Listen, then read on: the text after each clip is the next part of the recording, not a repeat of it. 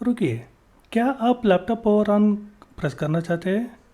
आप एक टेक्नीशियन है ना? ये प्रेस करने से पहले आपका लैपटॉप क्या क्या काम करेगा, क्या क्या वोल्टेज रिलीज़ करेगा, क्या क्या सिग्नल रिलीज़ करेगा बिफोर प्रेसिंग पावर बटन।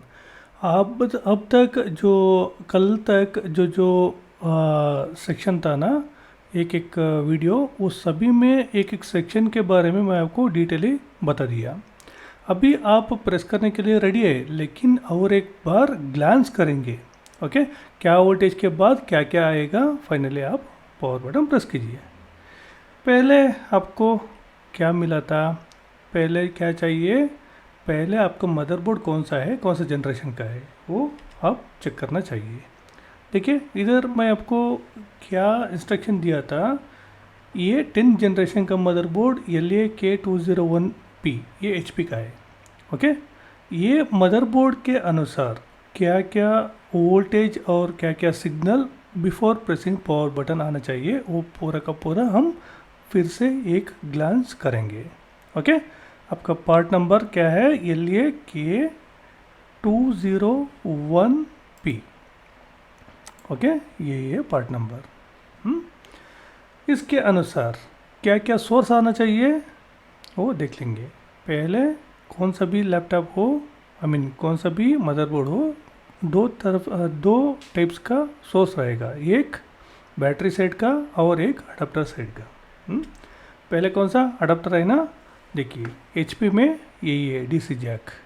ये मदरबोर्ड में आप कनेक्ट करते हैं ना, इसके बारे में डिटेली मैं बताना नहीं चाहता हूँ, सिर्फ इतना ही बताना चाहता हूँ। इधर एक लाइट ग्लो करेगा, वाइट ग्लो करेगा तो नॉर्मल जो लैपटॉप ऑन होता है ना उसका है। ओके, अगर एम्बर जो ऑरेंज कलर का आता है ना, आपका बैटरी चार्ज हो रहा है करके इन्फॉर्मेशन मिलेगा। ओके, ये तो DC जैक का सेक्शन हो गया। DC जैक में क्या क्या वोल्टेज आएगा, क्या क्या सिग्नल मिलेगा हमको, देखिए ये DC जैक का कनेक्शन है ना मदरबोर्ड में, हमको क्या क्या मिला, 19 वोल्ट्स वी इन मिला और अडाप्टर ID जो सिग्नल है ना, ये सभी सिग्नल मिला। ये सिग्नल किधर जा रहा है, देखिए IO पे जा रहा है। कौन सा, अडाप्टर ID, AC LED ऐश, बैड चार्ज LED, VC इन PH, EC ग्राउंड, VC इन अडाप्टर प्रो चार्ट। इतना सारा क्या है सिग्नल, सिर्फ हमारा अडाप्टर इन जो क्या है ना, ये DC जैक से हमको पूरा का पूरा सिग्नल मिल रहा है। इसी सिग्नल से अभी मैं बोला था ना, वाइट और एम्बर लाइट ग्लो करेगा। ओके, ये एक बार IO एक्टिवेट हुआ तो ओके, उसका जो बेसिक रिक्वायरमेंट ओके हुआ तो तब आपका लाइट ग्लो करेगा, तब तक नहीं करेगा, क्योंकि अभी तक सिर्फ सिग्नल गया है। ओके, अभी तक IO एक्टिवेट नहीं है। मैं बोल देता हूँ कब एक्टिवेट होगा करके। ओके, तब तक ये सिग्नल उधर कनेक्टेड रहेगा। और उसके बाद हमको 19V इन मिला था ना, वो किधर गया, देखिए 19V इन, ये चार्जिंग IC का सेक्शन जो होता है ना, फर्स्ट फॉस्फेट, उसमें इनपुट बन के गया है। और दो जगह पे भी गया है, एक AC डिटेक्ट के लिए वोल्टेज डिवाइडर के नाम पे ये सोर्स है ना, सोर्स में, और इसका जो इनपुट चाहिए ना एक्टिवेट होने के लिए, उसका एक पार्ट, डायोड का एक पार्ट के लिए एक गया है, इनपुट बनाया है। ओके, अभी हमको DC जैक से क्या क्या मिला पता चल गया ना, एक वोल्टेज मिला और मल्टीपल सिग्नल्स मिला। सिग्नल्स IO पे गया, ये वोल्टेज इधर पे आया, ये इसको एक्टिवेट किया। इसको एक्टिवेट करने के बाद ये जो लॉजिक से आपको आगे का वोल्टेज मिल गया। ओके, अभी क्या होगा, सेकेंड सोर्स, अभी तो अडाप्टर का सेक्शन हो गया, लेकिन सेकेंड सोर्स क्या है, बैटरी है ना। बैटरी में क्या क्या सिग्नल्स आता है वो सभी IO पे गया। देखिए इसे क्लॉक 1 डेटा 1। ओके, ये बाइडायरेक्शनली काम करेगा वो, लेकिन पिन नंबर 77 और 78 पे ये गया है। उसके बाद ये बैटरी का इंफॉर्मेशन देखिए दो जगह पे गया है, इधर भी जाता है और इधर चार्जिंग IC जो है ना इधर भी आएगा। ओके, बैटरी का वोल्टेज कितना है, 12.6 वोल्ट्स बैट। ये किधर गया है, देखिए ये CLR, बैटरी CLR के थ्रू चार्जिंग IC को गया है। ओके, अभी दो सोर्स मिल गया है ना इस लैपटॉप को, कौन सा, एक चार्जर का और एक बैटरी का। ठीक है, सिर्फ बैटरी और चार्जर दोनों सिर्फ वोल्टेज बन के नहीं जाता है, सिग्नल भी आईओ को जाता है। ओके, अभी यही मेन वोल्टेज से क्या क्या बनेगा, क्या क्या एक्टिवेट होगा देखेंगे। देखिए इधर ये चार्जिंग आईसी का एक जो कनेक्टेड है ना, अभी चार्जिंग आईसी को ये 19 वोल्ट्स मिलने के बाद ये एक्टिवेट हो गया, सही ना। ये एक्टिवेट होने के बाद ये क्या करेगा, इसका आउटपुट क्या है, ECSMB क्लॉक और डेटा 1, ये आउटपुट किधर कनेक्ट किया, देखिए 77 और 78 बाई डायरेक्शनली ये आईओ काम कर रहा है ना, इधर भी कनेक्ट किया और दूसरी जगह पे बैटरी का भी कनेक्ट किया है वो को। हाँ ओके, इधर बैटरी का जो चार्जिंग बैटरी लगने के बाद एक इन्फॉर्मेशन जो रहता है ना, ये आईओ पे सॉरी चार्जिंग ऐसे पे भी आया है। ओके, ESC डिटेक्ट के थ्रू ESC ओके बन गया, ये आउटपुट बन के ये अडाप्टर आई भी आउटपुट बन के किधर जा रहा है, इधर आईओ पे जा रहा है। ओके, ये ESC ओके जो है ना, ये दूसरे नाम पे ये आईओ पे जाएगा। ये पूरा का पूरा सिग्नल चार्जिंग आईसी से आईओ तक, इसका मतलब क्या हो गया, communication between IO and charging IC. Okay, पहला जो मैं बोला था ना, वो कम्युनिकेशन अभी तक चालू नहीं हुआ था, लेकिन ये जो है ना, ये SM बस द्वारा ये कम्युनिकेशन बिटवीन बैटरी और आईओ, हाँ, और बैटरी और चार्जिंग आईसी, ये वाला इसमें ये DC जैक का जो है ना, इसमें कम्युनिकेशन जस्ट नहीं है, ये वोल्टेज एक्टिवेट करेगा इसको। ओके, अभी क्या हो गया, कम्युनिकेशन बिटवीन चार्जिंग आईसी और आईओ का क्या क्या है आपको पता चल गया। उसके बाद क्या हुआ, देखिए IO communicates with charging IC and battery for charging. अभी का जो आपको इमेज दिखाया नाम है, अभी ये बाई डायरेक्शनली क्या कर रहा है आईओ, ये चार्जिंग आईसी पे भी काम कर रहा है और बैटरी पे भी काम कर रहा है। क्या काम कर रहा है, ये इंफॉर्मेशन कलेक्ट कर रहा है, करंट कितना चाहिए अडाप्टर का और वोल्टेज कितना चाहिए। इधर बैटरी चार्ज हुआ या नहीं, चार्ज करने के लिए कितना करंट चाहिए, कितना वोल्टेज चाहिए, पावर का इंफॉर्मेशन पूरा का पूरा ये डेटा और क्लॉक थ्रू द्वारा ये बात करेगा। आईओ चार्जिंग आईसी और बैटरी से बात कर रहा है। ओके, अभी तक क्या हुआ, बात करने का जो कनेक्शन है ना, कनेक्टिविटी मिल गया, लेकिन अभी क्या एक्टिवेट हुआ है, सिर्फ ये एक्टिवेट हुआ है। इसके साथ साथ आईओ भी एक्टिवेट होगा, कैसे मैं बताता हूँ।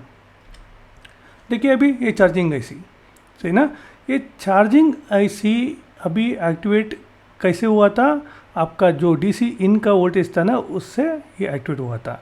अभी ये क्या करेगा, करंट का इन्फॉर्मेशन जो है ना, ये CLS से क्या है इन्फॉर्मेशन कलेक्ट करेगा। कलेक्ट करने के बाद इधर का जो आउटपुट है ना, यही आपका 19 VB बन गया।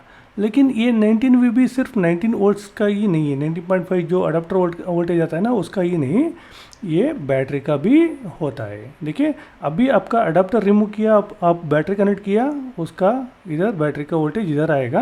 नहीं, आप सिर्फ अडाप्टर ही कनेक्ट किया है, आपका अडाप्टर का वोल्टेज इधर आएगा। अब दोनों कनेक्ट किया है, अडाप्टर का वोल्टेज इधर मिलेगा। ओके, अभी क्या मिला आपको, 19 VB मिला। ये क्या कर रहा है, पूरा बोर्ड पे मैक्सिमम जो हाई मॉसफेट जो रहता है ना, उसका ड्रेन पे ये जाता है, इन चैनल ड्रेन पे ये जाएगा। ओके, उसके बाद एक 3 वोल्ट सेक्शन, 5 वोल्ट सेक्शन, क्या क्या सेक्शन ये एक्टिवेट करेगा देखेंगे। देखिए 19 वोल्टेज 2 कॉइल थ्रू ये 3 वोल्ट्स आईसी और एक कॉइल थ्रू 5 वोल्ट्स आईसी पे आया। अभी क्या हो गया, ये 19 वोल्ट्स19 VB आने से आपका 3 वोल्ट्स और 5 वोल्ट्स दोनों आईसी एक्टिवेट हो गया, सही ना। सिर्फ 19 VIN आने से आपका चार्जिंग आईसी एक्टिवेट हुआ, सिर्फ 19 VIN से आपका 3 वोल्ट्स 5 वोल्ट्स एक्टिवेट नहीं होगा। ओके, 19 VB होना चाहिए, उसका मतलब चार्जिंग आईसी जो इन्फॉर्मेशन कलेक्ट करना चाहिए, वो पूरा इन्फॉर्मेशन कलेक्ट करने के बाद ही आपको ये वोल्टेज मिलेगा। ओके, आगे ये 19 VB क्या कर रहा है, देखिए इधर वोल्टेज डिवाइडर का काम कर रहा है। जो 3 वोल्ट्स 5 वोल्ट्स को जो इनेबल सिग्नल चाहिए ना, उसके लिए वोल्टेज डिवाइडर इधर। ओके, इधर क्या कर रहा है, इधर थ्रू इस पे कॉइल पे आ रहा है ड्यूअल मॉसफेट का हाई मॉसफेट ड्यूअल मॉसफेट में हाई मॉसफेट जो रहता है ना ड्रेन, उस पर सप्लाई दे रहा है। मैं अभी बोला ना, हाई मॉसफेट का ड्रेन पे जा रहा है। ओके, ये कौन सा है, PQM ये मेमोरी IC जो रहता है ना उधर, और टोन किधर किधर रहता है, सभी जगह पे 19 वोल्ट्स जाएगा। ओके, अभी देखिए ये थ्रू जंपर PJZ1 ये क्या बन रहा है, 19 VB VCC इनका काम कर रहा है, इसका नाम से इधर हाई मॉस्फेट पे जा रहा है। इधर भी देखिए इस नाम से, ये नाम बन गया ना, इस नाम से इधर हाई मॉस्फेट पे जा रहा है। ये दोनों सेम ही वोल्टेज हो गए ना। हाँ, उसके बाद ही आपको ये VCC इन मिलेगा। ओके, वो बाद में आएंगे, लेकिन ये 19 वोल्ट्स का काम ख़त्म। और ये 19 वोल्टेज ऑक्सिलरी बन के इधर भी आ रहा है हाई मॉस्फेट का गेट। हमेशा आप याद में रख लीजिए, एन चैनल हाई मॉस्फेट जो रहता है ना, उसका ड्रेन पे 19 वोल्टेज रहेगा, पहले आना ही चाहिए। ओके, उसके बाद इधर देखिए वोल्टेज किधर आ रहा है, इस पिन का, कौन सा ये POG1 का पिन नंबर 20, इसका सप्लाई या VCS बन रहा है। और 19 वोल्ट्स क्या बन रहा है, VGA कोर का जो हाई मॉस्फेट रहता है ना, एक्चुअली ये ड्यूअल मॉस्फेट है, उसमें भी आ गया। Okay, using this PPT you can easily remove the 19 volt shorts in motherboard. अभी तक मैं क्या क्या कनेक्शन बता दिया, वो सभी जगह पे आप ठीक से चेक किया तो 19 वोल्ट्स वी इन शॉर्ट का ट्रबल शूटिंग आप आसान से कर सकते हैं। ओके, बहुत लोगों को ये मालूम नहीं रहता, क्योंकि सभी लोग, आई मीन नॉट सभी, कुछ लोग क्या समझ में दिमाग में रहेगा ना, सिर्फ चार्जिंग IC CLR जो है ना, उधर ही आपका 19 वोल्ट्स मिलेगा, उधर आप ठीक किया तो बोर्ड में पूरा का पूरा बोर्ड रेडी हो जाएगा, ऐसा समझ के बहुत लोगों ने ट्रबल शूटिंग कर रहा है, लेकिन वो गलत है। ओके, पूरा का पूरा इन्फॉर्मेशन कलेक्ट कीजिए पहले, उसके बाद आप ट्रबल शूट कीजिए। अभी जो मैं आपको दिखाया है ना, पूरा का पूरा 19 VB किधर किधर जा रहा है, वो ये पर्टिकुलर बोर्ड का बारे में मैं बात कर रहा हूँ। एक एक बोर्ड में सब सेपरेट रहता है, थोड़ा थोड़ा डिफरेंस रहता है, मैक्सिमम यही होता है। ओके, नेक्स्ट देखिए अभी क्या हो गया, ये 19 वोल्ट्स 3 वोल्ट्स पे, आई मीन 3 वोल्ट्स IC पे आने से क्या हो गया, एक बहुत इम्पॉर्टेंट LDO वोल्टेज जनरेट होता है। एक बार ये 19 वोल्ट्स इस IC को मिला, इस IC खराब नहीं होना चाहिए, ये IC अच्छा रहेगा तो इमीडिएटली आपको 3 वोल्ट्स VLP मिलेगा, और ऐसा ही 5 वोल्ट्स में भी आपको 5 वोल्ट्स VLP मिलेगा। समझ में आया ना। अभी 19 VB से क्या बना, आपको 3VL और 5VL दोनों बना, लेकिन इस बोर्ड में 5VL का यूज़ नहीं हुआ है। ओके, नेक्स्ट 3VL से क्या क्या इम्पॉर्टेंट वोल्टेज बना, ठीक है, यही नाम से दूसरा सर्किट से एक कंपोनेंट के बाद हो जाता है ना, इस नाम पे ये जा रहा है जंपर के थ्रू VL RTC और लीड और ये EC, ये इसका pull up actually power button pull up का काम कर रहा है। इधर SM बस का मतलब ये कम्युनिकेशन जो करता है ना, अभी मैं बता दिया आपको, चार्जिंग IC IO वो दोनों आपस में बात करेगा, क्योंकि वो चार्ज करेगा या नहीं, मदरबोर्ड को ऑन करना है या नहीं, वैटेज इन्फॉर्मेशन सही है या नहीं, वो बात करने के लिए SM बस चाहिए। थ्रू डाटा और क्लॉक ऑन डाटा ऑन से ये बात करेगा। ओके, अभी देखिए ये बहुत सारा रोल करेगा VL, क्योंकि ये RTC क्या हो गया, PCH को भी ये एक्टिवेट करेगा। ये वोल्टेज PCH कब एक्टिवेट होगा, आपको जब ये 3VL मिलेगा तब। ओके, अभी क्या हो गया PCH, अभी मैं बोला था ना PCH का एक सेक्शन RTC सेक्शन जो है वो एक्टिवेट हो गया। SRTC RTC इंट्रूडर क्रिस्टल बहुत इम्पोर्टेंट ये क्रिस्टल है।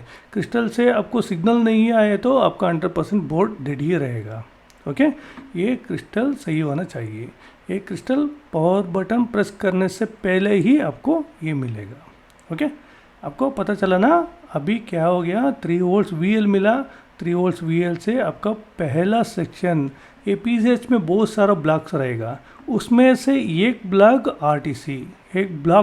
RTC। ओके, ये RTC को ये वोल्टेज मिला, ये RTC वोल्टेज जो सेक्शन जो है ना वो एक्टिवेट हो गया, इतना सारा आपको काम करने लगा PCH का। उसके बाद ये VL लीड स्विच का वोल्टेज बना, यही आपको ऑन एंड ऑफ स्विच का काम भी करेगा। ओके, EC कन्वर्ट होने के बाद ये जो IO रहता है ना, IO एक्टिवेट होगा, उसके साथ साथ ये सभी एक्टिवेट हो गया। ठीक है, ये सभी सिग्नल का पुलअप मिल गया। और एसएम बस मैं बोला था ना, क्लॉक 1 डेटा 1, क्लॉक 2 डेटा 2, ये टच पैड जो रहता है ना वो भी काम करने लगा। ओके, आईओ एक बार एक्टिवेट होने के बाद इतना सारा ये क्या है कम्युनिकेशन के लिए हो गया, और ये जो है ना आईओ ऑन करने के लिए और आईओ काम करने के लिए हो गया। ये जो है ना ऑन एंड ऑफ और लीड स्विच जो रहता है ना उधर भी ये वोल्टेज गया।